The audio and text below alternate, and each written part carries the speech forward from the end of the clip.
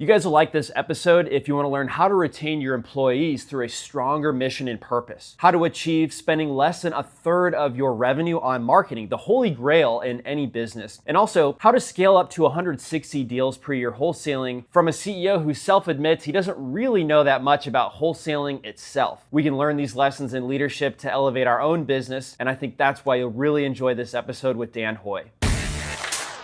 Well, Daniel, thank you for coming on the podcast. I appreciate it. Nice to be here. Thank you. Could you give everybody an overview of your business based out of Pennsylvania? What kind of deals you do, what kind of volume, what the team looks like? Sure, absolutely. We are in our fourth year as a company, and we started kind of fast start. I was running a property management business, and we started a wholesale division with a couple people. Okay. And a year after we did that, we spun that division off as its own company, which became BuyBox. Yep. And we currently have 7.5 employees, so seven of us are full-time.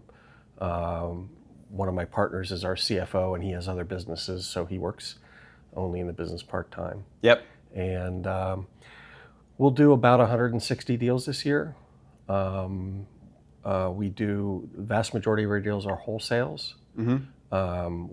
We do a little bit of wholesale, and we've just started to consume a little of our own product to start to build a portfolio. That's pretty new for us this year. Mm-hmm. So that's kind of the scope of our business. How long did you have the property management business before you started the wholesaling division? That's kind of a long story. I'm a lifelong entrepreneur, so I'm going to be 60 this year. I started my first business when I was 26. Mm-hmm. So I've been running and owning small to mid-sized businesses most of my career. About 16 years ago, I went through my one business failure, and it brought with it a lot of other kind of life imploding events, and I kind of had to start over. And so my next few involvements were running companies that other people owned. Okay. And so the property management company, I did not own that company. Okay. I ran it for someone else, and again, started the wholesale division because I was convinced that the company needed to have a cash machine. The guy who owned the business ended up losing his day job, and his risk profile changed. So he was running the business while having an actual W-2? No, I was running a business. Okay. And he had a W-2, and he was simply the owner. Got it. And but when that happened, it kind of changed the game for him, and basically decided I need to reduce my risk profile. He had a portfolio of something like 260 doors, and so I helped him kind of shut down the property management business, outsource his property management, and then I took the wholesale division and turned it into our own company. Yeah. And I had. The guy, I was president of that company. The guy that was COO of that company was another partner. The guy that I'd hired to help start the wholesale division is another partner. And then the third partner is the guy that put the money in and is the part-time CFO. Got it. So it's the four of us and then the other employees. Well, congratulations on getting to 160 deals in just 4 years. Well, thank you. That's fantastic. Yeah, Not a level most people get to. Yeah, we're growing rapidly. I will tell you that our plans are to get to 240 next year. Wow. So all in Pennsylvania? Is it in Pittsburgh? All in the greater Pittsburgh area. Okay. Yeah. So and we think that probably that's about the right. It's always tough to estimate these things. But that's probably the right size for our location there, and then we'll face a decision. Do we want to stay that size? Do we want to grow geographically? One of the reasons I'm involved in CG is to hear from people who have gone to multiple geographic locations and to see if that's something we may want to do or not. How did you estimate that 240 might be the right size? Basically double where you're at now. Yeah. Right? So, we all exist in a certain competitive environment. We know who our competitors are. We've got a good idea of how much business they do. Mm-hmm. So this is the first, so again, I'll be 60 years old. All the other businesses I've run had nothing to do with this. So you learn about an industry, and in our industry, you know who your competitors are. You kind of know what the rough size of the market is. And from my perspective, as a long-term entrepreneur, you want to stop your growth before you reach diminishing returns. Okay. Yeah. So at about that level, we would be, either the biggest player in our market or tied for it, but there would probably be one or two that were close to us. And when you start to try to say, well, let me see if I can get 60% market share, you end up taking a lot more risk and gaining that additional 10 or 20% market share in a business like ours tends to be much less profitable than the road to get to the level that you want to be. So again, that's not a science. It's my best estimate. Yep. Our best estimate is that's about the right size for us, kind of optimized in our market. Got it. Makes sense, yeah. What was that first deal? I mean, I know you've had a lot of business experience, which is partly why you were able to scale up to 160 so fast in the first place. But I'd still love to hear about whatever your first deal was, right? Because I'm sure there was some learning that went along with that. Yeah. As you said, you were in other industries before. Well, again, interestingly enough, it's tough to draw the dividing line of buy box starting and it being part of that other company for that first year. So when it was part of the other company, did you still ran that though, right? I did, but my involvement, again, I had no experience. We hired a guy who's one of our partners now who worked for one of our main competitors now. Okay.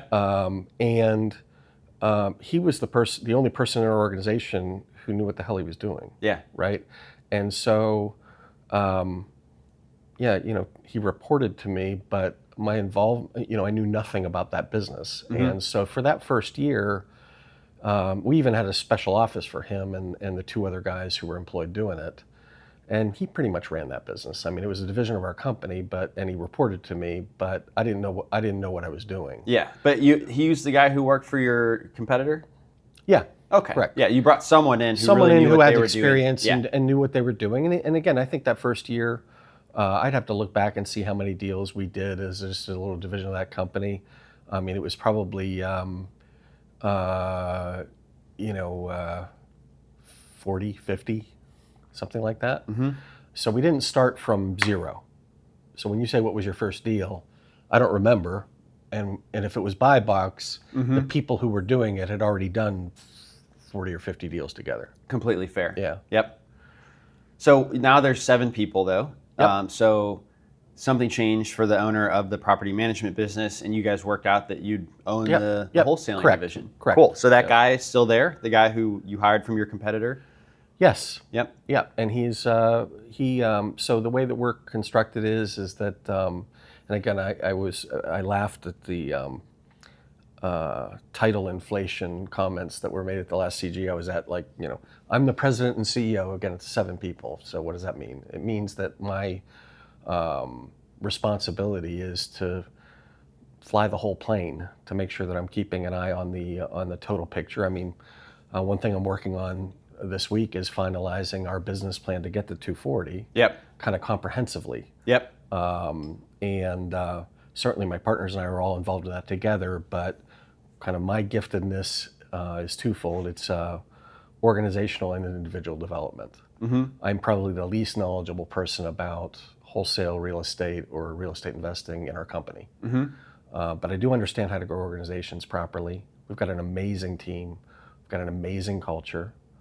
And that's where my contribution lies. In addition to developing individuals and making sure the right people are on the right seats of the bus and making sure that they are in a context in which they can optimize their growth and potential. So that's what I focus on. Aside from that, because of our size, we all have an operational role. Aside from that, I'm like our off-hours acquisition specialist. So a lot of these guys are a lot younger. My children are raised. And they've got kids and that kind of thing. So, I take the leads that come in the evenings on the weekends, for example, as part of my operational contribution. Well, how important is it, have you found, to respond? Well, in the evening if somebody reaches out? I think it's a big deal. I think we've learned that as we've gone, how big a deal it is.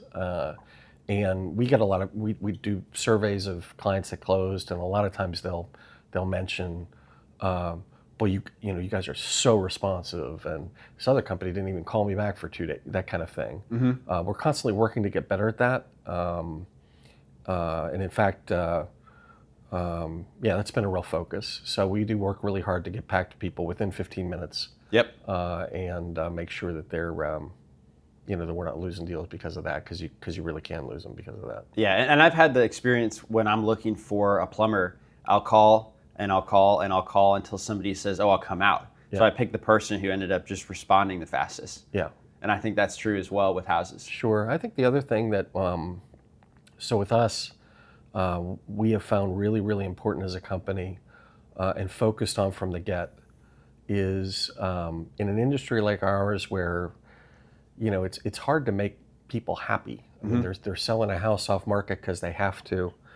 We are really laser-like focused on thrilling our sellers, and we're successful at it. So if I told you, go Google Buy Box Pittsburgh and look at our reviews, I think you'd be astonished. Not just at the fact that we've got over 180 five-star reviews, but like to read like what people have written about their experience with us. So we really believe if we deliver on that brand promise, speed is important, marketing is important, but a lot of the times people are for our PPC kind of thing, they're finding us and they're reading our reviews and saying, okay, I just found who I want to work with. Yep. And that's real important to us, and I think it's been a real secret of our growth. So do you end up asking for a review after the transaction is done and you tell they're really happy? We have a transaction coordinator who's really focused on that now, and we expect to be at 300 Google reviews by the end of the year. We also have Trustpilot and the other reviews, and we're very focused on getting those. We're focused all the way through the process. One of the first things we say in the acquisitions process is, provided we can deliver on everything we talked about, would you be willing to, what do people say to that? Yeah, of course I would. And so we stay focused on that throughout the process, and I think it's been a real secret for us of why we've done well. So tell me about the other businesses that you ran before the property management company. Yeah, a number of them. The first business I started was a mortgage banking company. Oh, wow. And I had worked in the DC area. I grew up in Pittsburgh. I worked in the DC area just for a year, kind of as a loan officer for a mortgage broker. And I realized I didn't want to settle. I was married by that point. I didn't want to settle in the DC area, and I wanted to move back to Pittsburgh. And I was out to dinner with my then wife, and I said, it all popped into my head. I hadn't really aspired to be an entrepreneur, but I wanted to move. And I didn't really want, I looked at the guys that I was working for and didn't have a ton of respect for them. And I thought the only way I can assure my own, that I'm working somewhere I want to work is to work for myself. It was kind of, interesting epiphany to have over dinner. Yeah. And I looked at her and I said, what would you say if we moved to Pittsburgh and started my own mortgage company? And she said, without blinking, if you're going to do something like that, do it now. We don't have any kids and we don't have a mortgage. And 2 weeks later, I had all our possessions in a U-Haul.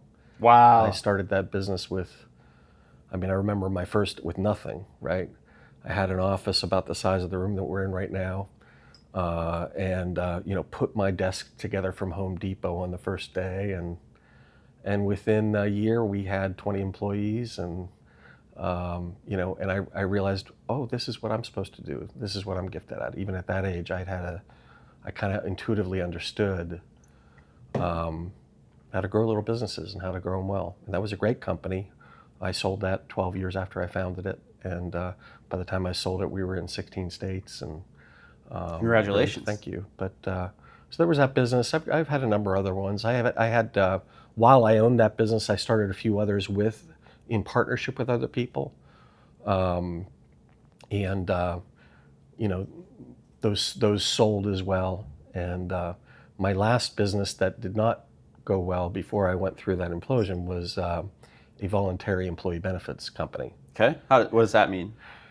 Well, so for larger companies, they obviously have your employee benefits, health insurance, all the standard ones that the company is paying for. But because large employers involve so many people, there are businesses who will say, I'll provide this to your employees kind of at no cost to you as the company. And how do they do that? Well, because access to that many I'll give you an example. Yeah. So Liberty Mutual Insurance Company Okay. is a Fortune 100 company, right? Yes. They're huge.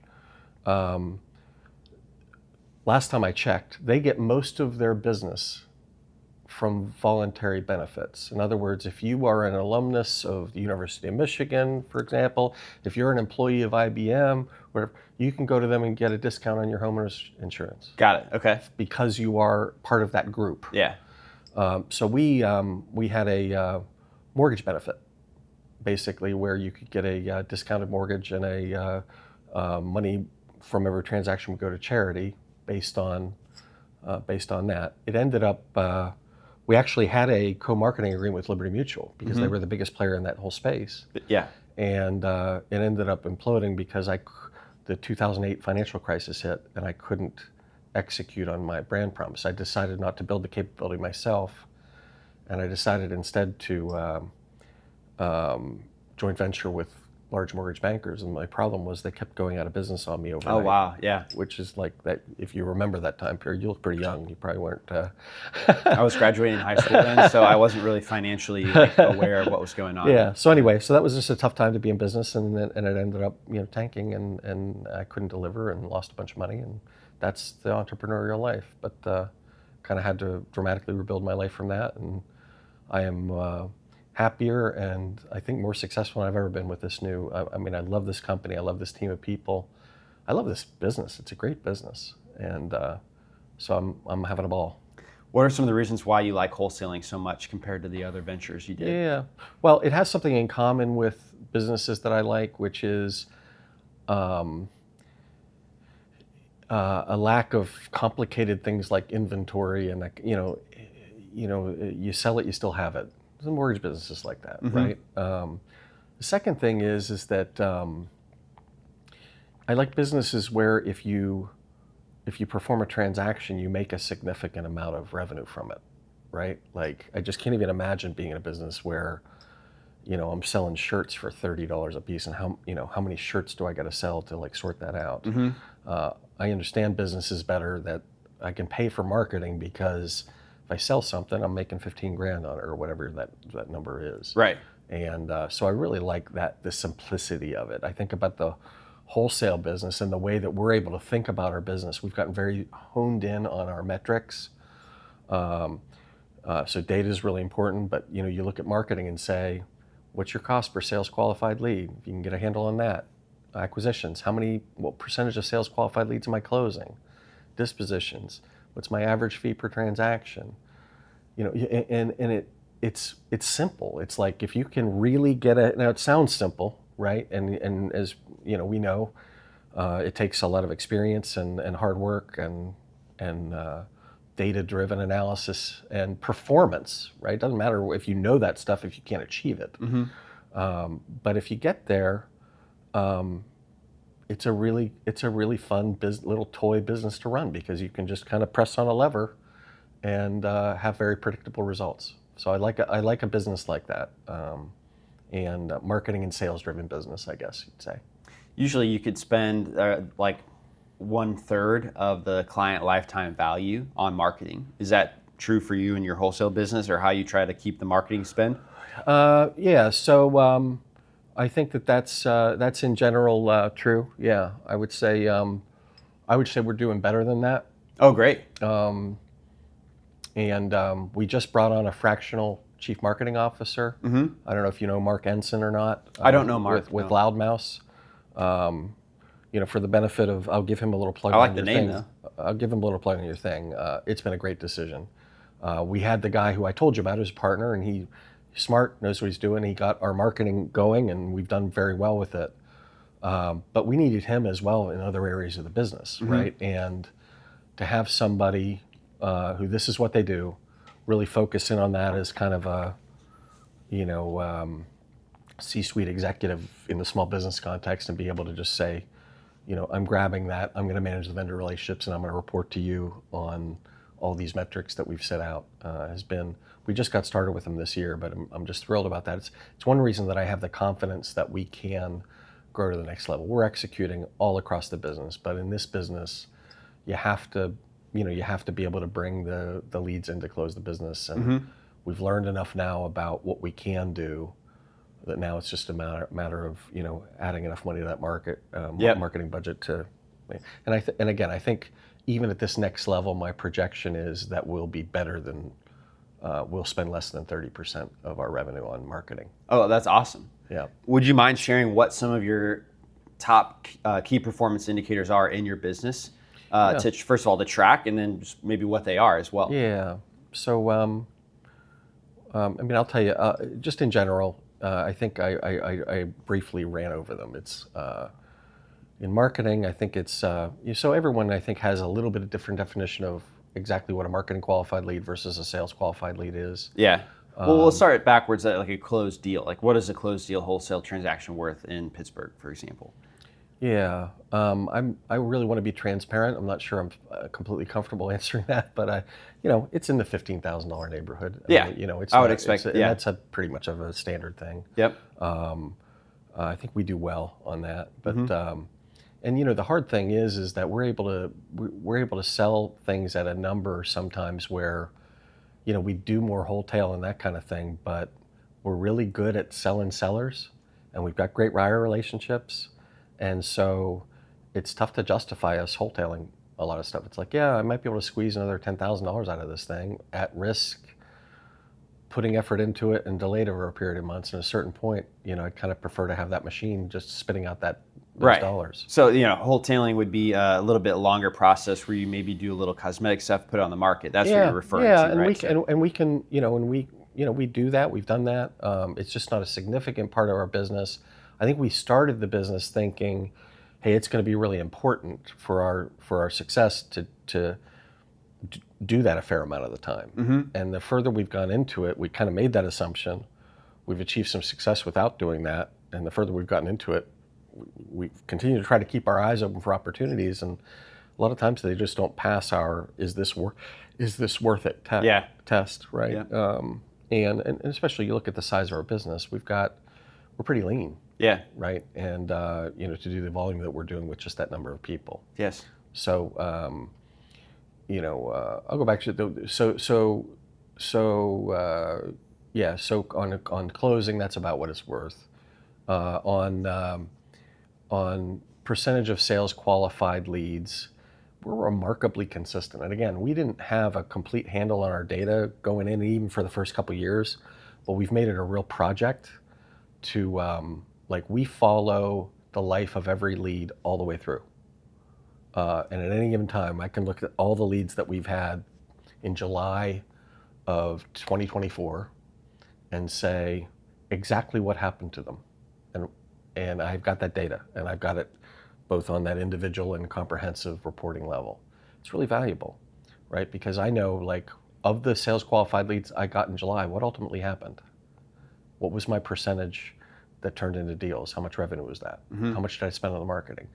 And it sounds easy to get a hold of that information, but as it turns out, it's not. We'd hoped that we could get that from our enterprise software, and they've got metrics and KPIs embedded in the software, but it wasn't getting us to the level of granularity that I felt was important to have the visibility that we need. So we just build it ourselves. So yeah, you're right. People do have different definitions of that. Yep. So would a lead just be anybody who calls or actually clicks on pay-per-click ads? Yeah. So so it's a lead's a lead. A lead is somebody contacting you. A marketing qualified lead is this is a person and they own a house. Period. That's a marketing. Anybody they're marketing to. Yeah. We marketed to this person, and even if they call and say, I don't want to do business with you. That's a marketing qualified lead is, even if it doesn't make sense. Yeah, like a renter, it could be a marketing qualified lead. Even if it doesn't make sense, even if it doesn't make sense for them to do business with us. I'm this person, I have this house, my house is already in the market, and I'm under the delusion that people like you pay market value, right? That's a marketing qualified lead for us. Sales qualified lead is the kind of the next level up of, this is a marketing qualified lead, plus there's some universe in which it makes sense for this person to sell to somebody like us. and they're actually interested in selling. Yeah. It doesn't mean that they, it doesn't mean that, they make that decision. It doesn't mean that it's crazy for them to do something else. A sales qualified lead could say, you know what, I'm going to put it on the market. We might even advise a sales qualified lead to put something on the market. 100%. Right. Yeah. If there's no reason for them to sell it for a discount. But a sales qualified lead kind of has that extra level. And, our target close rate on sales qualified leads is 25%. And, we started this data project last year, so I don't have 3-year histories, but we have a long tail of nurture. And so we still are getting closed transactions from leads we got years ago. Because we've kept in touch. It wasn't the time then. Right. Sometimes it just is a timing thing, for sure. Yeah. So, but I mean, within a months of when a lead comes in, we're over 20%, and those numbers work. You do the math on that, and if you're achieving that, and you've got a reasonable cost per sales qualified lead, then you're doing it. So, of the sales qualified leads, do you go on appointments with 100% of those? No. You go. In fact, so we're structured a little differently. First of all, I told you, I live in Hilton Head, South Carolina. Right. It's funny. My partner is also named Dan. When we were getting things started, I was already living in Hilton Head most of the time. But when we started the new business, he said, "I think you need to move here." He said, "I think that we can have kind of a virtual business, but we can't start it virtually." So I did. I went and got a place in Pittsburgh, moved back there for like the first year of our existence, as we got things off the ground. But I live in Hilton Head, South Carolina. The aforementioned, we have an acquisition guy in Grove City, which is like an hour north of Pittsburgh, where we have an office. We have an office in downtown Pittsburgh. So we're scattered a little bit. And only typically during our monthly or quarterly meetings are we even all in the same room together. Because our acquisitions our people either live an hour north of the city or in Hilton Head. No, we've got a runner. We've got a site visit guy who does an amazing job. This is all he does. He goes on all our site visits. We're not trying to sell on the site visit. We used to contract with people before we went on a site visit. Now, more often than not, we're having that initial conversation, making it happen. Our guy Jake goes out for the site visit, and we do that analysis immediately, and the acquisition person is back on the phone with the seller. Got it. Closing the deal. Yep. And sending the DocuSign. So we're not. We like never sign people in person. But Jake represents us well, so they do have a warm and fuzzy for the company. Yep. He probably wears his shirt, right? Sure, exactly, and it works for us. I listen to people talk about.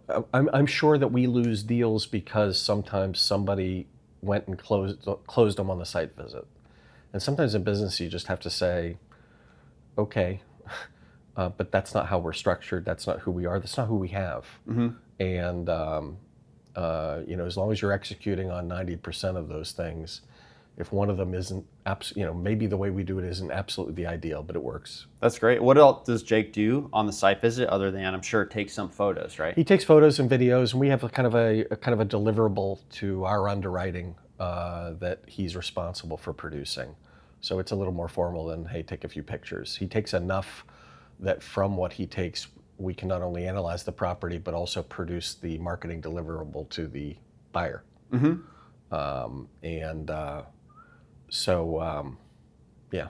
Cool. That's your question. Anything else about wholesaling that you've liked compared to your other businesses, other than it's a pretty big transaction size? Yeah. I would say that the new prospect of building a portfolio is exciting to me. I think the ability to simultaneously earn income and have a wealth building opportunity where you're not just building your wealth in the value of your company, which is pretty hard to do. I think unless we were a regional company or a national company, it's not like someone's going to come in and buy our company for some crazy multiple of what we're producing. Basically, they'd prepay us for some profit, and that'd be that, right? So we're not building wealth in that. We're building income. But we've got the opportunity in RentBox, which is our hold business. Yeah. to start building some wealth, which is exciting. I got to hurry up though, because I'm 60, so we gotta get moving on that for me. But the other guys are a lot younger than me, so they've got a lot even more to look forward to with that.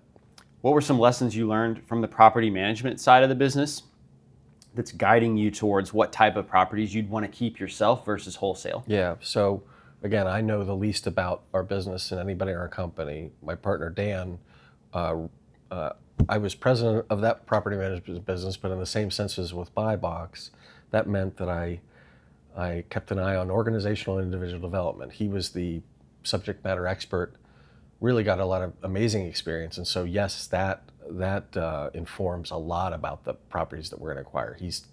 He's completely thinking about what assets do we want to manage, and he's doing that with the eyes of thinking down the road of comprehensively about the property. So yeah, we've got definitely a philosophy of buying that we're implementing there in terms of stuff that we want to own longer term, and not just, hey, the numbers work today, but what is it gonna, what's happening in this area? What kind of renter can we get here? Yep. And in general, it's, you don't want A and you don't want B, right? Where the real opportunity. Yeah, the A-class properties are the really bad quality properties. You want something in the middle. Yeah, what you're saying. right, exactly. And defining that middle sharply is something that he does very well. Got it. So you've talked several times about, hey, you're thinking about the big picture development of your team. One of the things I've noticed leading a team is, everybody has like a personal goal. And one guy that I work for, like, he wants to bring his mom from the East Coast to Austin, Texas, where I live, right? Mm-hmm. So kind of thinking about, hey, well, if we can achieve this, Chris, maybe that could lead to you getting more of a pay raise, which I know helps you and your goal towards your bringing your mom to town and live close to you. I'm just curious if that's what you meant, or if there's other layers of leadership that we can learn from you. I'm sure there is, on how you do that in your different businesses. Well, I'll tell you, we certainly have a culture where we have one of our company principles is we serve, encourage, and celebrate one another. And in the serving, this is really a key part of my job, I'm really engaged in, the lives of our people to the extent that I do know what's going on with them. And I do know I have one of our people right now, I'm going through a coaching discernment process of his life goals, and his wife's getting involved. And so serving him in that way is something that I do. I've done a lot of coaching, and I've got some certifications for coaching. Mm-hmm. So that's something that we do internally. But I would say your question was a good one, which is, yeah, but what do you think is the most important thing that you do that results in two things? It results in the special culture that you have that produces those results, mm-hmm. and also results in people wanting to be with you longer, seeing your context as something where they can optimize their growth. And that is our Buy Box principles. Now, it sounds like a little bit like, oh, really? Like the stuff that you put up on the wall? And for us, it's a very much of a living thing. And we have invested a lot of time and energy into giving these principles. And principles, I'll explain them to you briefly if we have time. Please, yes. These principles are how and why we do what we do. And if you can provide, someone asked me what you do for a living, describe what you do for a living. And I said, I'm a meaning provider for knowledge workers. Okay? People need their work to mean something genuinely, authentically. And if it doesn't, then it is just, how can I get a raise to get somebody okay, if that's it, then I am a transaction. And people are a commodity, and that's not how I've ever seen it. And it's probably why, because I've never seen it that way in any business I've ever owned, I bet it's down below 2% of anyone who's ever left without me firing them. Mm-hmm. Okay, like, we don't have turnover. And the reason is because people want to stay and be part of that thing. Now, what is that thing? Mm-hmm. I'll relay our Buy Box principles to you and give them a little bit of life for you. So our first principle sounds really cliche and simple. We do our best today and better tomorrow. But what it means to us is that we really are focused on having a culture of continuous improvement, on an individual and collective basis. So it really informs, like, when you look at someone's performance over the past month or quarter or whatever, the question that principle makes you ask of yourself and of each other is, okay, great, so how are we going to do better next quarter? And it goes through everything we do. And obviously I didn't invent, Japanese call it Kaizen or whatever, but continuous improvement's really an important thing. People want to be part of something where they're moving towards something. Yeah, individually, but collectively, it's exciting to be part of a team that's accomplished what we've accomplished these past few years, right? You want to be part of something like that. And yeah, there are rewards for everybody when you accomplish it. Our second principle is we don't make the same mistake twice. Yeah. So we're a culture that we say we're not a blame or shame culture. So people make a mistake in our business. Nobody's saying, what were you thinking? We are saying, great, here's an opportunity for learn. And oh, by the way, I'm going to try harder next time does not represent learning. Like, we insist on together making sure that we've got a systemic fix that literally makes it impossible to make the same mistake again. I told you about we serve, encourage, and celebrate one another, and that means that, like, what's going on in each other's personal lives is important. We want to bring that to the table as a team and just acknowledge that we're whole people working together. Mm-hmm. We have a principle: we win together with our partners. So, looking at our buyers, for example, there's people in our business who think that their job is to, convince other people that properties are worth more than they are in order to optimize their fee per transaction. Mm-hmm. We're looking and saying, hey, if we can have relationships where we're making what we need to make and our buyers are successful, they're going to want to work with us. And I bet if you talk to a lot of buyers in Pittsburgh, they'd be like, buy box is the cream of the crop in terms of who we'd want to work with. Yeah. You actually leave some meat on the bone for the end-up buyer. Yeah. We have, we learn together as a team. In other words, you have businesses where if you're, someone can know a whole lot about something and over here in the organization it's informing nothing. We want to make sure that our learning that's happening is something that's happening across the board so that collectively we're leveraging the learning of one another. So we invest a lot in learning. That's why we come to these, for example, right? Yep. We have a principle, we are resilient, which really just kind of speaks to, we have a business that, first of all, you start over again every month. And secondly, there are a lot of opportunities for discouragement along the way. I was driving down here and I was dealing with, this seller that I'm dealing with who literally is bipolar and, and doing all the things that we do to try to, like, help that person and help the situation and get the thing to closing. And I'm doing that on the drive down here. Yeah. And, so we have a ethos there related to that where, hey, if something's outside of our control, we don't worry about it. We focus on the things within our control, and to be able to encourage one another, it creates an environment where people love working together. And so anyway, there's a couple more principles I won't add, but the point is that they really inform how we do what we do, and we talk about them all the time. And I think it's just really important. I think people want to, and then the aforementioned, how meaningful is it that we take such good care of sellers that we get, like, love notes from them after? Oh, wow, that's awesome. Right? This was life-changing. We do some pro bono work.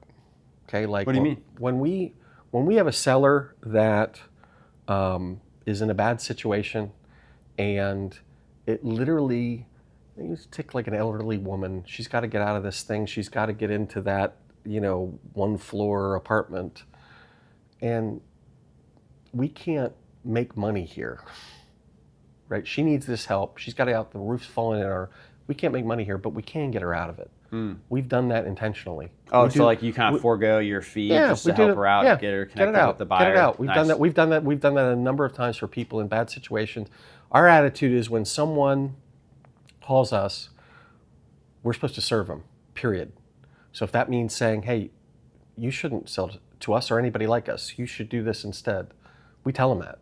If the scenario that I just painted to you comes forward, we don't say, what a waste of time this is. I can't make my average fee here. We look and say, how are we supposed to help this person? And we do. And that goes back to what we were talking about. What does it feel like to work for a company like that? Mm-hmm. What does it do for the rest of your life? And how much more important is that for someone saying, I work for BuyBox, I'm not going anywhere, mm-hmm. than, constantly on the, what's the next raise? What's the next bonus plan? If there's one thing I've learned in running companies all my life, is if that's your deal, then you have not created any culture of value. If that's your deal, if that's all people are thinking about, mm-hmm. Then great. Just people are commodities, pay for them what you will.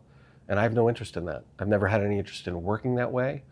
And as it turns out, people who have never experienced it think, well, yeah, you're kidding yourself. People, at the end, it's all going to be about this, and it's actually not. We pay well. We couldn't get done what we get done with that many people if we didn't get, we have a you're great or you're gone philosophy, right? Yeah. We bring on only great people, mm-hmm. and I'd rather pay more for somebody who's great.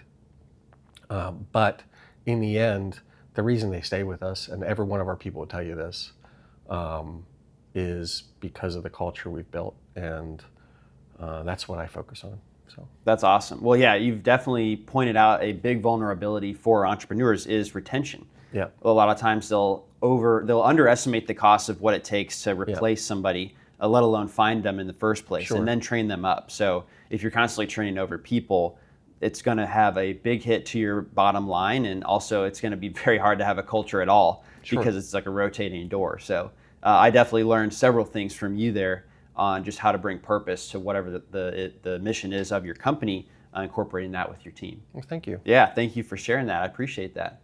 Kind of as we wrap up here, where could people find you? Do you have a social media presence? A BuyBox? Or yourself? Yeah, I'm on LinkedIn, but I've never been a big social media guy. Actually, one of the things that we're doing, we're just about in the next couple of days relaunching our website and that kind of thing. But call us and I'll get a hold of you. Awesome, that sounds good. Well, thank you very much, Dan. I appreciate you taking some time today before the meeting. Great, thank you. Yep. Nice to meet you. Yeah, you too. Thanks for listening to the DealMachine Real Estate Investing Podcast. Please leave us a review and follow along wherever you're listening to your podcast.